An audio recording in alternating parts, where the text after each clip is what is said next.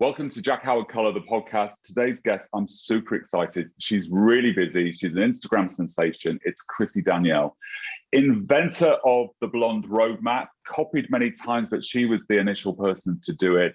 From independent educator to international brand ambassador, Chrissy has a fantastic story. She has loads of tips and tricks to share with you about how she uses Instagram, how she reuses content, and just an all-round lovely conversation.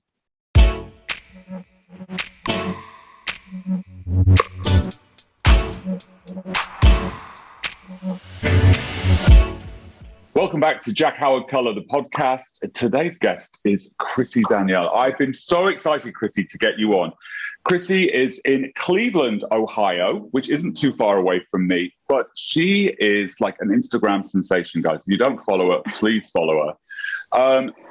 Chrissy, you're a trust ambassador. You're on the BTC team. You own a salon. You developed the blonde roadmap, which has been copied by a zillion people out there, but you're the original one on it. And you give out some fantastic tips and tricks on Instagram freely. And one of the amazing tips is that you always talk about you're the queen of reusing content and how you reuse it differently, which I think is absolutely amazing, because so many people just kind of think that they can't post it because it's old and you reuse stuff. But where I wanted to start with is, how did you get into this industry? What did that look like? So believe it or not, which, by the way, I'm super excited to be here today with you chatting. I've been looking forward to this for a while. So I'm very honored to be a guest on your podcast. But so I got started in the industry, believe it or not, when I was in high school. I took cosmetology, and I definitely wouldn't say that I was 100% sold that like, this is what I want to do. But I was not big. Like I got good grades, but I didn't love schoolwork, So I was like, oh, cool. Like I can take cosmetology and like do hair for the last 3 hours of my school day. Like this sounds great, So I joined cosmetology and I did 2 years of it in high school. So when I graduated high school, I had my cosmetology license and I was actually enrolled in college. I was going to go to school for fashion design. And about a week before school was going to start, I told my parents, like, I'm not going. And they were both kind of like, wait, what? Like, you're not going to go to college? And, back then, I think hairdressing had like kind of like a stigma that it wasn't like a career, like it was just like a side job. So I ended up getting a job at a salon in my hometown that, I always wanted to work at. And I went through a training program there and I ended up falling in love with it. And, the rest is history. I've been doing hair over 15 years now, which makes me feel super old when I say that, but it's been such a great journey. So, well, I won't tell you how long I've been doing hair because that's going to make you feel really, really, really young. But the interesting thing about America is that in some states you can do cosmetology, get your license before you leave school. And so it's learning a trade straight off before you exit. And so many American hairdressers that have come on here, their parents have wanted them to go to college, wanted them to kind of have this safety net, and you could always fall back on cosmetology. And all the successful ones had cold feet when they were in college, pulled back and went into the industry, and boom. Yeah, I really I just found like a love for it. And I think it's also really important to share with hairdressers out there, anyone that follows me or, learns from me. I think it's really important to admit too, that like, I didn't really find myself as a hairdresser until I went independent. So I spent, a good like 8 years kind of being like, I don't know, I'm not sure. Like I loved it, but I wasn't doing what I loved all the time. So I did have a very kind of moment there where I was thinking to myself, like, maybe I should change careers. Like, I'm not in love with the salon I'm working at. It wasn't a great environment. And I remember my dad telling me, he was like, he had his own business. And he said to me, he was like, Chrissy, if you give it a shot on your own, like independently, and you still don't like it, he's like, then I'm okay with you changing careers. He's like, but I want you to give it a shot. He's like, because I think it's going to change the way you look at things. And so I opened my studio, and that was when I truly felt like I found where I belonged in the industry and like thrived. So you spent 8 years with a salon after coming out. So that really does give you a lot of time to see what you like and what you don't like, which then, of course, allows you to figure out what you want to do. And personally, I think it's super important that young people starting out don't go on their own straight away. I think it's really important to be in a salon environment and learn how to run a column, learn how to interact with other people besides your clients, because life is full of people that you don't necessarily get on with, but you've got to deal with. And I agree with you. Yeah, because it's a huge conversation at the moment, isn't it? And everyone's like, oh, let's go independent. Yet I feel there is a place for all of it. I mean, I spoke with somebody the other week on a podcast coming up. I can't say who it is yet. And they're still at the same salon that they've been at for 14 years, but they look like they're independent because they were in the right environment and they stayed with it and didn't want to change. But you had really supportive parents behind you, and your dad was like, hey, you haven't given it your full shot yet. I did. And honestly, I think if it wasn't for him, the true story behind that was, at the time I was on the side while I was working at my salon, I was teaching Pure Barre, which is like a fitness class, like a Pilates ballet fusion. And I was a dancer my whole life, until I went into my career. So I was kind of like, oh, I'm going to open a Pure Barre studio. And my dad was like, no, you're not. That's really trendy and you're not going to do that. You're going to stick with your career and give it a shot. So, my parents have always been so supportive of me. And I feel so grateful and blessed that, to have had them behind me, because they've kind of always led me in the right direction. Yeah, a lot of people don't have that, do they? So, I mean, it really is something to celebrate, and it's something lovely to hear. So you you leave the salon, you say your goodbyes, and you open a studio. So what was that studio like? So I actually opened a salon loft, and that was kind of right. It was like right when salon lofts became like the new thing.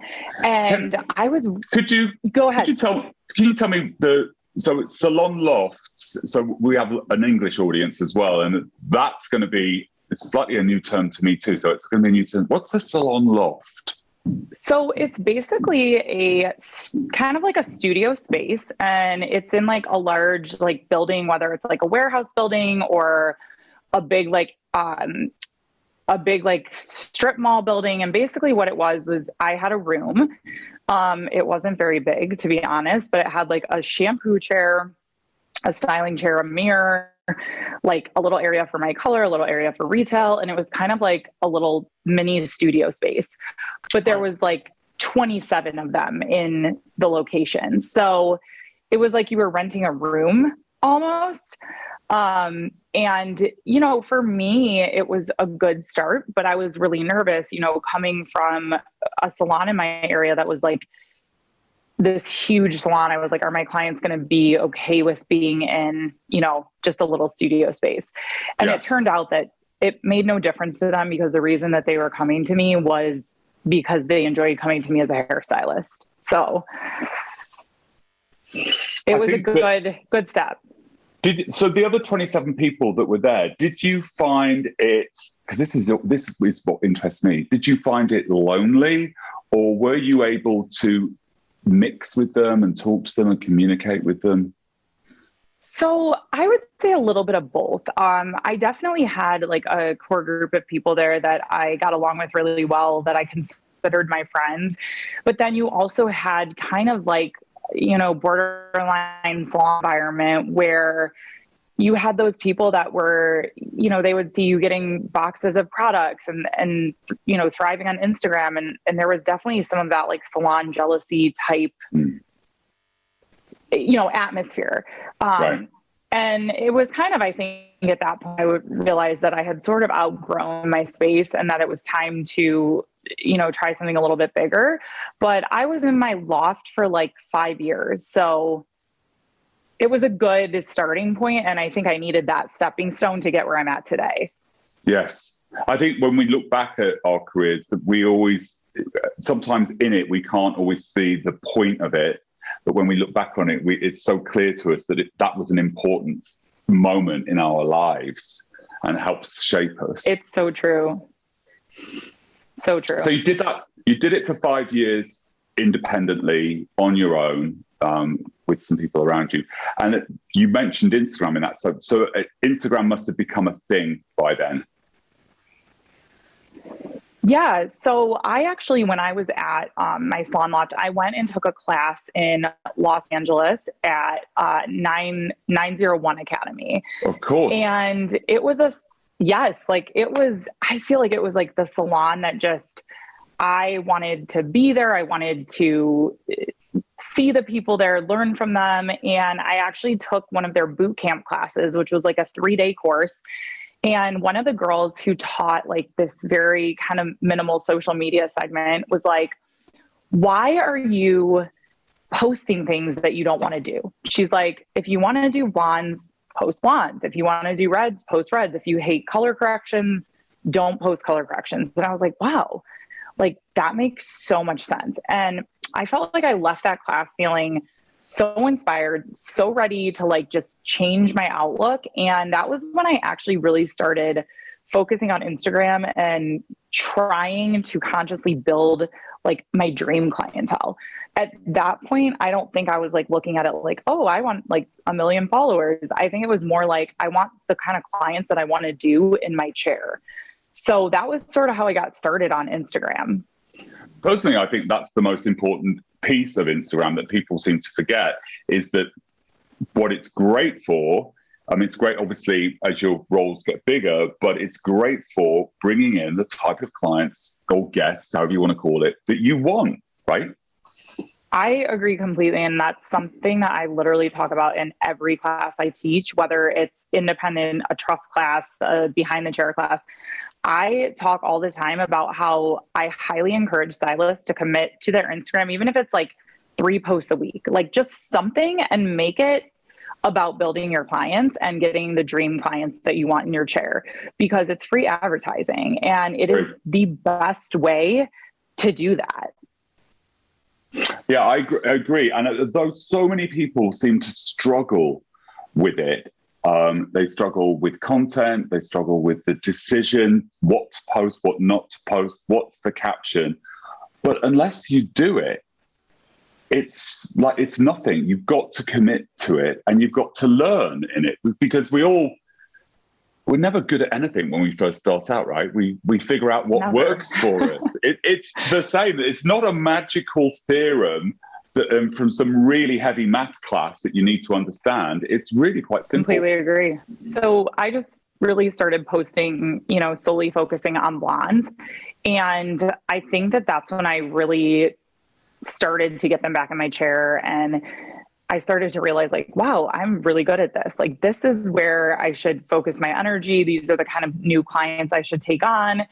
And it almost like just happened instantaneously. Like, it was so easy to find these new clients because people were looking on Instagram. People look at hashtags to like find people in their cities and see like who's doing, the current techniques and whatnot. And I will say, I think that a lot of my clients I gained because I had taken classes, I had the knowledge, I was doing like techniques that were being done in LA that nobody had really brought back to Cleveland yet.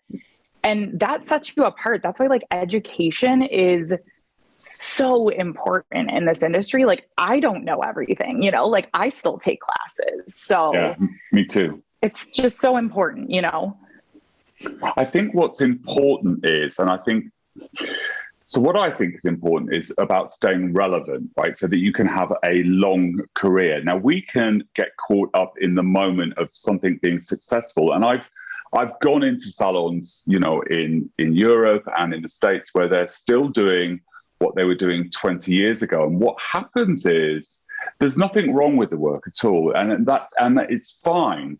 But what I see is that you see the clients aging out, and then you don't see younger people coming in. And what happens to the hairdresser is they become a hairdresser of older clients. And when those clients disappear, they've got no business. And if you want longevity in this industry, which is what we all, this is what I want, longevity. I agree. Yes. So the two of us, what we want is longevity. And so Absolutely. we have to stay current, and stuff changes. Stuff changes, and people come in with images, and we need to be able to understand what they are, and we need to be able to replicate it. It's so true. And it's even as like an educator, as you know, because I know you're very big on education, like you have to stay current with your education too. Like, you know, I've been teaching this year, and right before I launched, you know, my class dates for the year, I revamped my education and what I was teaching. And, you know, people are kind of like, well, how do you come up with it? And I'm like, I just try to evolve each year and think about what I've learned and then make it my own, because, you know, the year prior to that, I taught a different pattern that I used. And I just like to always be able to offer something new, because stylists too will get bored looking at the same thing over and over again. Like, you just have to keep evolving. Yes. I mean, the education component of it, you can't rely, I couldn't rely upon what I was doing 20 years ago, yet it's still balayage, but the conversation's evolved, how you approach it has evolved, and, you know, whether you've got a lived in or a full highlight, that kind of thing. And so I know that mine has definitely changed, and importantly so, because it needs to be relevant. Yeah, absolutely. I mean, your balayage, like I look at your page all the time and I'm always like, his painting is just so beautiful and perfect. Like, I really admire it, because I am not a balayage artist. I'm more of a, you know, a foil blonding artist, but your work is phenomenal. Well, you know, and I've picked up loads of foiling tips, because coming back into the American market, it is different to the European market. It just is. Definitely. And the type of woman, they want to be a bit blonder here. They don't mind about maintenance here. They're willing to come in and spend more often. So it's a different market. And the bases are naturally darker. And so I'm not always going to get the lift that I want from a paint. So I've got to be, you know, I've got to have my board. I've got to sandwich my foils. I've got to do all those things. And if I'd just gone back to my traditional classic foiling, it would be old-fashioned. So you have to adapt. Yeah. You absolutely do. Absolutely. So let's talk about the whole blonding thing. You don't really do a lot of balayage. You're a foiler. And is that because of some of the things that I just said in your market, that, you know, darker bases, want to be blonde? I would definitely say yes. So my clientele, like, you know, if anyone follows my Instagram, like 90% of my feed, you definitely see like those bright kind of neutral to cool tone blondes. In my market, like a lot of my clients are, you know, a level 6 base and lighter. You know, like I said, I do have those few blonde clients that might like a little bit more of that like golden warmth, but for the most part, on 90% of my clientele, I just can't achieve that lift with balayage. No. With that being said, I still do apply some, I guess, you know, balayage concepts or techniques to my foil work, or I will use it like on a blonde who's already blonde to like kind of tip out their ends just to give them that like lived in brightness. So I like to do like, I don't know, like kind of like a fusion of techniques to create these like hybrids. Really beautiful, like a fusion blonding, like just to give them like that, those multi dimensions, you know. I'd never done tip outs, and I'd seen you do them, and I'm like, oh, let me have that. And I was like, oh, that's so good. And I was like, and, you know, I mean, I can sit here quite honestly and say I'd never done that. I'd seen it a little bit, and then I watched you, and I'm like, actually, you know what? I'm going to do that. And you don't need to do it every time, just every so often. And it's amazing, right? It just changes it's like the a whole game changer. Yeah, it's a game changer. And it's like so simple. And like, you know, if your client's already like blonde, like someone like, even with like my hair, it's like, you don't need to do it every time. But when you need that little like pop, it kind of like, I like to think of it like almost like an exfoliation. Like it doesn't lift a lot. It's just going to kind of break through that dullness and like, you know, the water, the products, everything that like kind of builds up on our hair. It's just kind of like easier to do it while the foils are in, and it saves you that step of like, you know, going in with like a wet balayage or something like that. Yeah. Yeah, I love that one. So thanks for that one. I mean, but the thing about your page is there's so much on your page. There's so much information. And a lot of people would say that you shouldn't give it all away. I'm a great believer in giving it all away because nobody does it the same as me. Yeah, I just don't really, I've never been a believer in that concept. When I started doing hair, I do remember that. Like people would be like, don't tell people your formulas. Don't tell people your secrets. I'm like all about like share your secrets because nobody can recreate what you do. Nobody's going to have that same canvas of hair, you know, that you're working on. It's virtually impossible whether you give out a formula, a technique, a placement. Hair is so different. Like nobody can be you. And I think that's what's beautiful about this industry is that it's beautiful to share your knowledge because you are inspiring and helping others. And for me, that's what it's all about. Yeah, I think that you're right? Density, porosity, texture, all of those things are different for every single person. Yep. Undercoats, and the fact that, you know, if we have the same client and we all apply the same tint, it's all going to look different because of the way you hold the brush, the nuances, and that's what makes us special. I totally agree with that. Yeah. So you start doing, you're doing all these techniques, you're hybriding, you're pulling in the clients, your Instagram account is growing.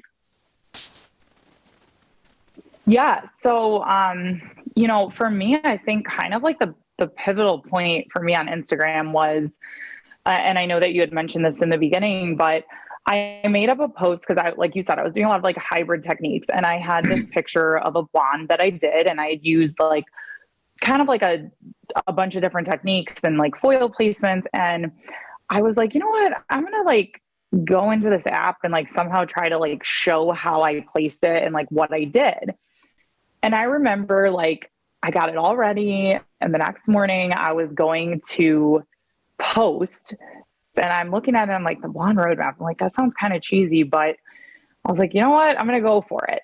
And I remember hesitating posting it, and I did. And that particular image like went viral. It got reposted by so many big pages. It started to catch on. People started making placement maps. And I was like, okay, this is going to like kind of be my thing. And then from there, I felt like that was where my following took off. And I was like, I think education is it for me, you know? So the Blonde Roadmap, I think, is the most fantastic name. I think it's brilliant. And it's been copied by many, which is always flattering, but it's yours, isn't it? So yeah, I you know, I kind of looked at the post, I questioned it. I was like, the Blonde Roadmap, that sounds so silly, but I'm going to post it. And it was that post that like really went viral, and it was reposted on so many pages. I saw people creating color mapping posts, and that was like when my Instagram kind of took off. People started asking me like, oh, do you educate? Do you teach classes? And I was like, I don't, but I guess I could. And that was sort of when I realized like I had like a big passion for teaching. Yeah. So the thing about the Blonde Roadmap is that it's yours. You own it. I mean, I just know that not necessarily you own it, but you own it, and you did it. And it's been copied a lot, and I think it's very flattering. It can be a bit frustrating when somebody runs with your idea as well, but that's the nature of Instagram. But it's the big brand, the big pages that when they post something that they obviously think is brilliant, that's when things really take off, isn't it? You see this jump in numbers, and then people start looking at your page, and if they like it, they start following you and engaging with you as well. So it's always wonderful when that happens, I think. Yeah, and I think it's kind of like a wonderful stroke of luck, you know, like I was sort of at that point. I mean, I'm not gonna lie, I was kind of on the verge of like, well, I don't feel like I'm catching on, like people aren't seeing my work. I was, you know, you see people in the industry and you're like, people know other people, or they know someone connected to a big company. Like I didn't know anybody. Like I was like this girl from Cleveland, and I was seeing other people have this like instant success because of connections. And I'm like, oh, I have no connection. So I was kind of like on the verge of honestly giving up. And it was right around that post that Behind the Chair reached out to me, and asked if I was interested in joining the BTC team. And it was, I'm forever grateful to them because it was really a career changer for me. Yeah. Yeah. I mean, BTC have some wonderful people. They showcase some great stuff on there too. But I think that what's interesting is that you felt that you were about to give up on it. And just as you were feeling that success happened and you stayed in it, right? And the other piece is that, of course, the US market is massive. If you think about it, Mississippi is bigger than the United Kingdom, right? Which is great for it. So it's bigger than that. I found it incredibly hard to have personal interrelations with people. That sounds weird. Let's cut that. I find it hard to have personal relationships with other hairdressers in a sort of live setting because, it's so massive. There are different events going on everywhere. And I found that I've been able to make connections with yourself and lots of other people through Instagram. And in fact, it's been a wonderful tool to stay connected with people. Yeah, Instagram is such an incredible tool for that. And I honestly feel so like grateful for the connections that I've made with people like yourself. And, some of my closest friends are people that I literally met on Instagram. And we were like one day like, oh, let's go take a class together. Or they came to my class or vice versa. And, they've become lifelong friends. So it's a really cool tool for that. It is. It's a great tool to build your business, but it's also a great tool to make friendships on. I mean, I've got friends who I consider friends, right? And we talk about all sorts of stuff, and we still haven't seen each other in person because we're just so far away from each other. Exactly. I'm the same way. It's really cool, but it's a great tool for that. Yeah. I mean, that's why I love BTC too, because when I went to BTC for the first one in America last year, I met all these people and I'm just like, oh my God, this is this person. This is this person. And it was a great way to make those connections stronger. It is. It really is. It's such a fun show and you meet so many of the people that you talk to all the time. So as an educator, what was it like for you going from, conversations on Insta about what you did and how you did it to going into a classroom for the first time and delivering that education? It must have been weird. Wow. It was, so it was kind of like, on a whim, I was like, okay, like I'm going to teach my first class. And I actually did it with 2 other stylists, my very first one. And I will never forget, like I was standing up, we were about to start, we had 3 models, there's 3 of us up there. And I was standing there, I was like, I think I'm sweating. Like, I don't know if I'm gonna be able to do this. Like, and I am like, people, I don't know, maybe they do or don't know this about me, but I'm one of the most like introverted kind of private people. And I'm not very outgoing unless it's like a one-on-one thing, So I'm great with my clients. Like I'm great behind the chair because I'm like in my element, but like the thought of delivering something to a room of like 30 people was terrifying.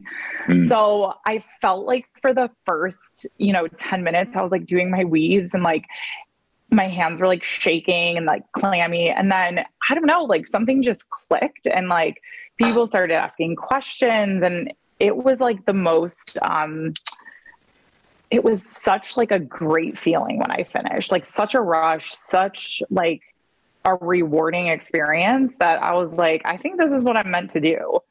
Yes.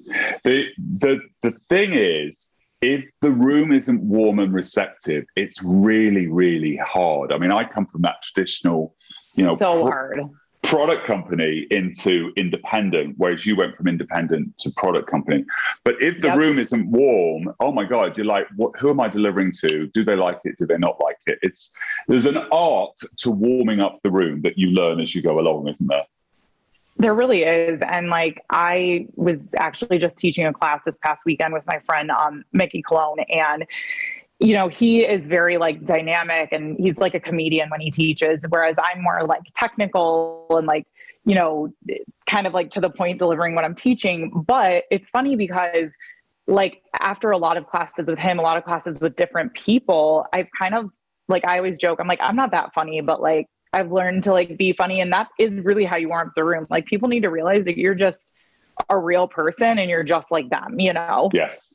Yeah, it really is. And I always sort of say, oh, listen, if you can't understand me, it's because I'm English and I speak way too fast. And people just laugh, right? Or I say, I'm fresh off the boat, so, be gentle on me. And it just kind of softens the room. And it also, what it does is, I think that when people look at somebody like you, right, who's uber successful, they put you on a platform and actually you're a human and you're here with them. And so by having a little bit of humor and being able to sort of just chuckle about yourself a little bit, what you do is you bring yourself back into the room. And I think that is a knack to good education. I think it's so true. And I think that like, it's just like what you said. I mean, I've gone to now at this point, so many shows, events, and, sometimes people approach me and it's like you just said, they think I'm like up here and I'm always like, oh my gosh, and I've said this so many times, like I'm sure people who have met me can actually vouch for this, but I always say to people, I'm like, you guys, I'm really not that cool. I'm probably one of the most like uncool people actually in real life, like I'm just a normal person. So I think like I've never thought I was above or better than anyone. I think I can learn something from everyone. So yeah, I just think with big Instagram accounts, what happens is people tend to idolize you and they put their own thoughts about who you are and what you are and everything. Mm-hmm. And what we really are hairdressers that work behind the chair, right? I mean, that's the lovely piece about what we do, that we're not just working for a brand, we're working behind a chair. We've got the same problems that you encounter every single day. And that's why we can communicate education in a deliverable, modern way. Absolutely. And I mean, I work behind the chair when, I'm home now actually for this next month, which is a nice break because I've been traveling for the last month. But yeah, I mean, I go to my salon, it's 5 minutes away from my house and I work behind the chair and I have all my clients that I've had forever. And that's my daily life. Yeah. And I love it still. I do too. I still love it. Let's, as we're in education, from independent educator, which is a knack in itself, and especially transitioning from Insta to real life, because they're very different approaches. But you've also been able to navigate the path into professional product division. And you're an ambassador for, I don't know exactly your role, but you're an ambassador for Trust Professional. Yes. What do you think? I certainly have an opinion on it. What do you think are the differences and the nuances in making that switch?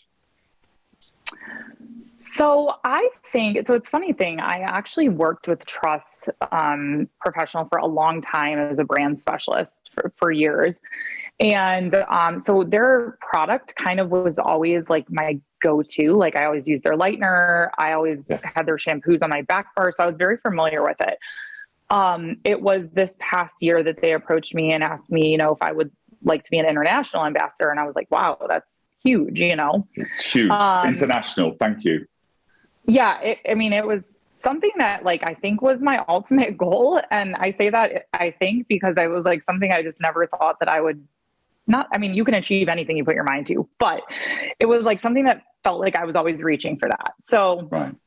I knew it was the right choice for me because they are like a family to me. So they're just a truly wonderful company to work with. But with that being said, I've always been the hairdresser that can't post things on my Instagram that I don't truly believe in, because when you are teaching for, a professional line, you do have to promote their products and you have to have that knowledge. And so that would be, I guess, the main difference.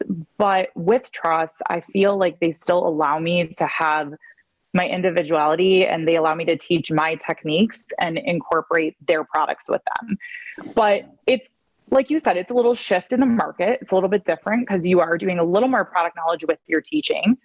But overall, it's been a wonderful experience. So I think the biggest thing is kind of knowing your product and what you're working with, Yeah, I like the bit that you said that you used the product and that it was your go-to product anyway. So when you came to the brand, it wasn't like it was like, oh, you already understood the ways in which you used it and were able to and they allowed you to be you in the international role, which is really important because the authenticity still comes through on it.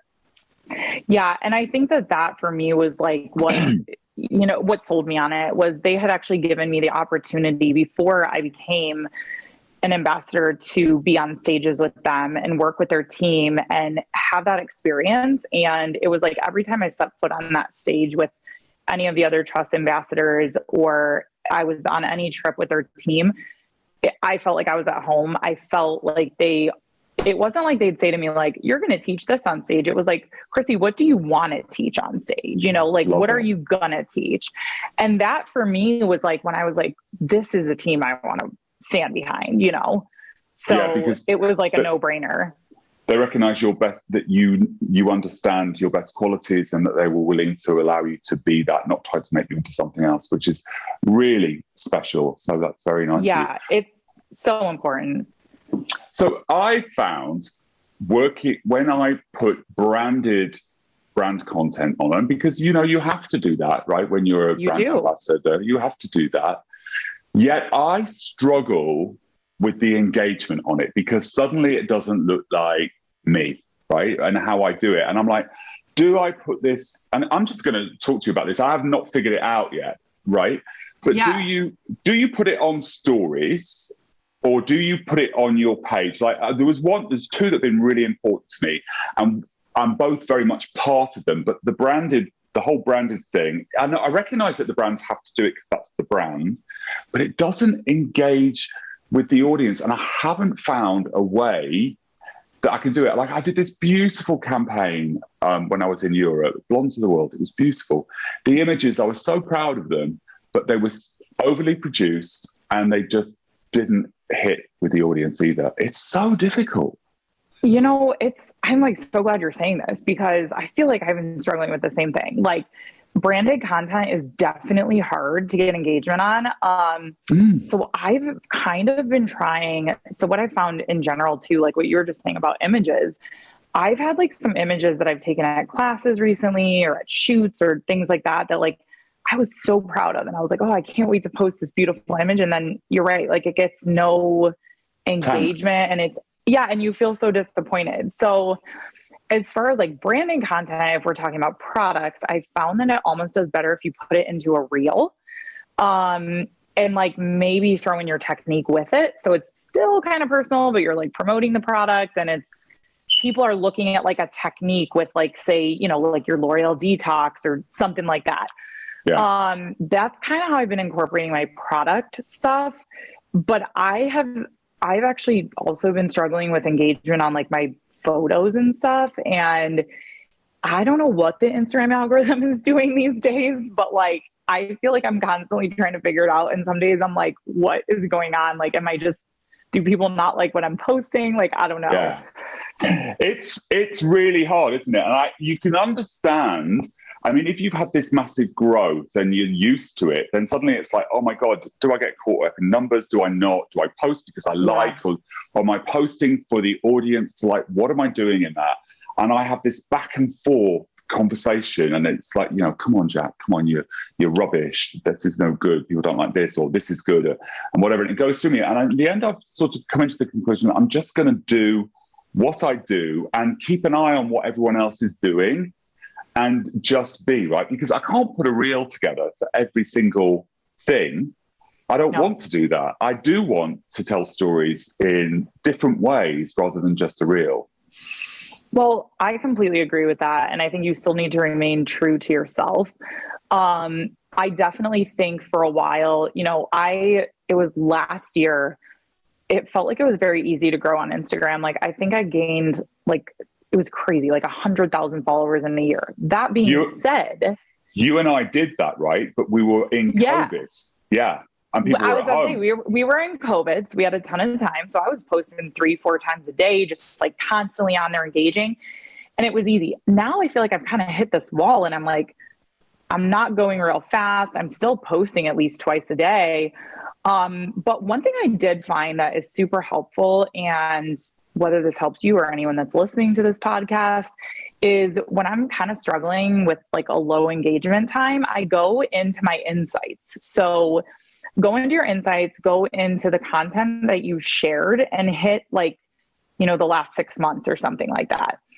Go to like your top engaged posts and repost them, because I'm telling you, like, I have a couple of videos on my Instagram that when I say I've posted them probably like 8 times, I'm not exaggerating. Like, I have like one where I'm like curling hair. There's like one color one that does really good. Like, and when I, you know, I'll look at my page, I'm like, okay, they're like, you know, 20 posts down the grid or something like that. Like, A, nobody remembers. And B, for some reason, they always do good. Like, so I learned you got to find what they like, you know? Yes. I learned that from Amy, Camouflage and Balayage. She told me at the beginning of the year, I was like, this is really crap. I mean, it's just like, I'm dying a death on here. And she's like, go to one of your best posts. And I've got like 3 that did like in the millions on Reels. Yes. And she's like, repost it with the same music. And she said, don't worry about the caption. It could be another caption on it. And honest to God, it went boom and it kicked up. So I think, so that's so funny. I love Amy as well. She's such a lovely person. But I do the same thing. So it works. That's what I'm going to be doing this week, right? Because I'm just like, oh, there's not really much growth going on here. And I'm like, I'm going to repost my behind the chair entry that did really well, that got in the 2 points and I think million views. I'm just going to say, here's the reminder, you know, I mean, it's probably been judged by now anyway or something, but here's the reminder of this piece that everyone likes, you know, take a look. You absolutely should. And like, I'm telling you, that's the key. And also like when you're doing like, you know, one of your beautiful balayages, whether it's like a video or a picture, like I repurpose my content all the time too. And so if I have, this is the bit that I really want you to talk about, because first of all, you were the first person I ever heard acknowledge it. You were the first person that talked about it openly. You were the queen of reusing content, or the king, whatever you want to be. But you do it so brilliantly. And so many times I hear people, I've got nothing to post. I'm like, you've got a phone full of images. Repurpose you have them. Things to post. I know you do. So yeah, I talk about this openly in all of my classes. And I think that every stylist should hear this, because one of the biggest questions I get in classes is like, well, I just don't have enough content to post, or I don't have enough like dream clients or whatever. I'm like, that's okay. So the way that I do this is when I have one of those clients who is like, you know, a client that I take a lot of photos of. I mean, when I say that I take a lot of content and a lot of photos, we're talking like 150 photos of them and like all different views, front, back, hairline, side views, like videos, little clips of the foil placements. And then from that one client, I am bound to get one great photo. I'm bound to get a good reel. You get little snippets that you can turn into just quickie little like, hey, like, you know, fold your foil like this. You can take that beautiful photo that you got of that client and you can put a color placement diagram over it. You could take that picture of the client, go back with a picture of them from their appointment in the winter, put them side by side, and there you have like a summer and winter color comparison. I mean, it's like endless. So I tell people all the time, I'm like, scroll my page, look for it. You're going to see like a lot of the same people, different views, different types of educational content, pretty pictures, a before and after. I just think about all that when I'm shooting it. So that way, like I never run out. And, you know, when you take 150 shots of someone, like usually like 1 or 2, but like maybe a month later, you go back and you're like, well, you know what, actually, this is pretty too. I could post this because I don't have anything else. Yeah, I think that's brilliant, though, this whole reuse of content, because Amy, Camouflage and Balayage, said that when she first started, she had one client that she liked, and the rest of them were clients that she didn't want to promote because she wanted to attract what she wanted to attract. And she took millions of pictures and put glazes on them and did all sorts of different things and reused that all the time. And what you're saying here is, which I think is wonderful, is one that you save your images, right? I scroll through I've got loads. And then you repick and retell another part of the story, because you don't need to tell the whole story in one post. You just tell a piece of it. And so great captions that are engaging. And suddenly you've got a bank full of posts ready to go if you can just sit and relax and think about how you can put them differently. Yeah. I mean, and I spend a lot of time doing that. Sometimes I feel embarrassed to admit how much time I spend doing that, but I will do that. I'll create the content. I'll favorite it. So I have my album of favorites, and I know that that's all like content that's been created.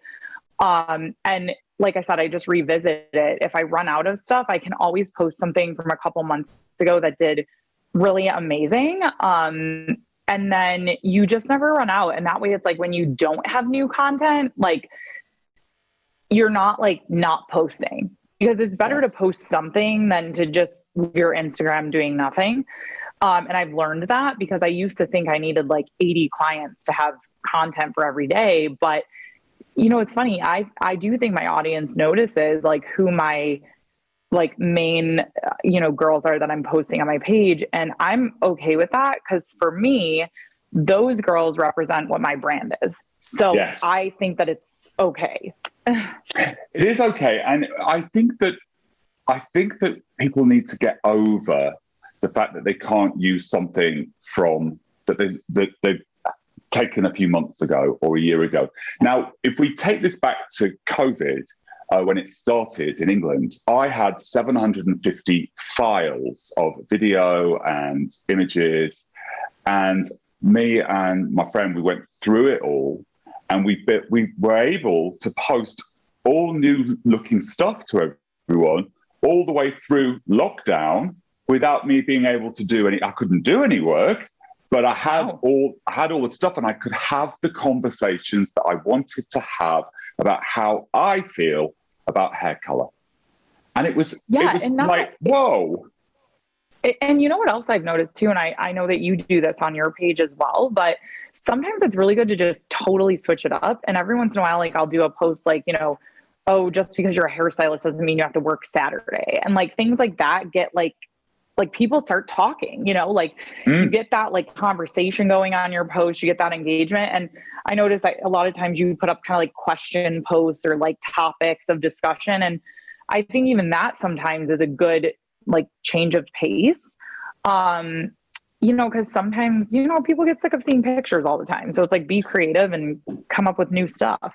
And actually I'm in an Instagram rut this week, and I'm just like, but you have actually inspired me. I mean, I've been scrolling through the phone, but you've inspired me to kind of repost one and see how that does. And of course, guys, if you're listening, go and watch that post. I mean, I think you should, because, and also just being like an Instagram, someone who pays attention to all this, I personally really enjoy your page. I feel like you have it so nicely branded. It's so like aesthetically pleasing. What you're looking at and like what your what your purpose is on there. And I think that's really cool. It shows that like who you are as an artist. But it didn't start off like that, right? I mean, it started mine didn't either. An absolute shambles, I mean, I always say that there were more pictures of glasses of whiskey, the dogs and the cats, and that kind of stuff than there was actually of hair. And I didn't know how to do it. And the only way that you can learn how to do it is to talk to people, to go on courses, to ask people.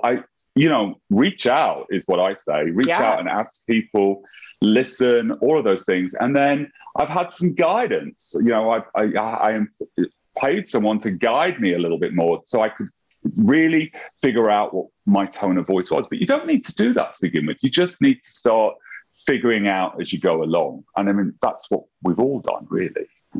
Yeah, it's all trial and error. I think that that's what I always I was saying earlier, is like, I encourage people, just commit to it. And like, you will figure out what your calling is, where you thrive, kind of like what you want to do with your Instagram, whether it's for clients, whether it's that you want to be an educator, you just want followers. I mean, there's so many reasons, networking. So the list goes on, The list really goes on. And there's one more thing I want to ask you, being a blonde yourself, and I'm a blonde now as well. Why do you think... I love the hair, by the way. Thank you. I'm loving it. Why do you think that brunettes don't do well. Now, I have the same problem. Brunettes, and I love a brunette, right? And they just don't resonate with people or the people that follow me. I agree. And it's so funny because same with me. I occasionally, I do this like beautiful brunette and I feel like I capture it so well. And I'm like, oh my God, I always have the hardest time like photographing brunettes. And once in a while I get one that I'm like, this is a winner, you know? And I feel the same way. Like I post it, I'm so proud of it. And it's like, nobody's like interested in it. So I don't know if it's just because maybe we're just known for like blonding, you know, like, so they don't want to see brunettes from us, but I feel the same way. And I wish I knew because, you know, when I do a brunette, I'm like super proud of it. I'm like, hey guys, I can do a brunette too, you know, but I don't know. I wish I knew. When I find out, I'll let you know. You know what? It's one of my modern day, I mean, first world problem, but it's one of my modern struggles that it's like, why don't the brunettes do well on here? And I love the brunette, but if it's a brunette that I turn to level 22, then it'll do well. But it's like always. But it's like, why does it have to be that light? Why can't, I don't know. We'll figure it out. We will. One of these days we'll figure out why brunettes don't resonate on our pages. And then we'll share it with everyone like we do. Hey, Chrissy. We absolutely will. We absolutely will. Chrissy Danielle, thank you so much for coming on today. I know that you're super busy. I know that you're back in town for a month, so you're going to be busy at that. But it's been an absolute pleasure to talking with you. Thank you so much for coming on. Thank you, Jack, so much. I enjoyed this. It was so much fun talking with you. I think you're amazing. And I was honored to be a guest here. Oh, well, I'm fanboying anyway. So, you know, I'm kind of fangirling too. So likewise. Oh, brilliant. Thank you so much for sharing all those insights. Really, really important stuff. Absolutely.